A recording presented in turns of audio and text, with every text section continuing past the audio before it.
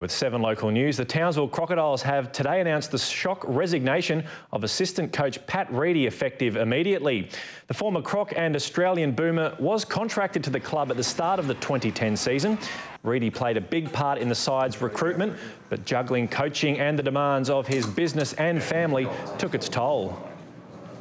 There will always be regrets, I suppose, with leaving the team so early, especially if they go on to win a championship.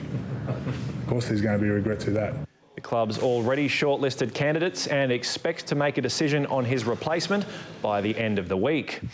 But Reedy was courtside for the opening game of the season as the Crocs claimed the first reptile rumble against the Taipans on Saturday night. The Crocs pulled off an impressive 9-point victory to shut out Cairns, with captain Russell Hinder leading the way with 18 points. The national anthem made its anticipated return.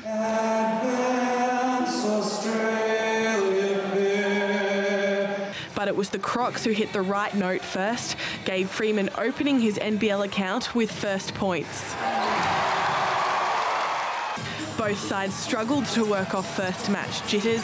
Alex Lawton finally found the bucket to get the Taipans on the board, while Crocs captain Russell Hinder showed his boys how it's done.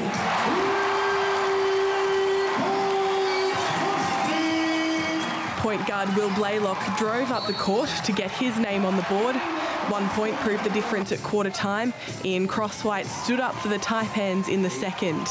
Luke Sencher made it look easy before Freeman fired, giving the Crocs an 8-point lead.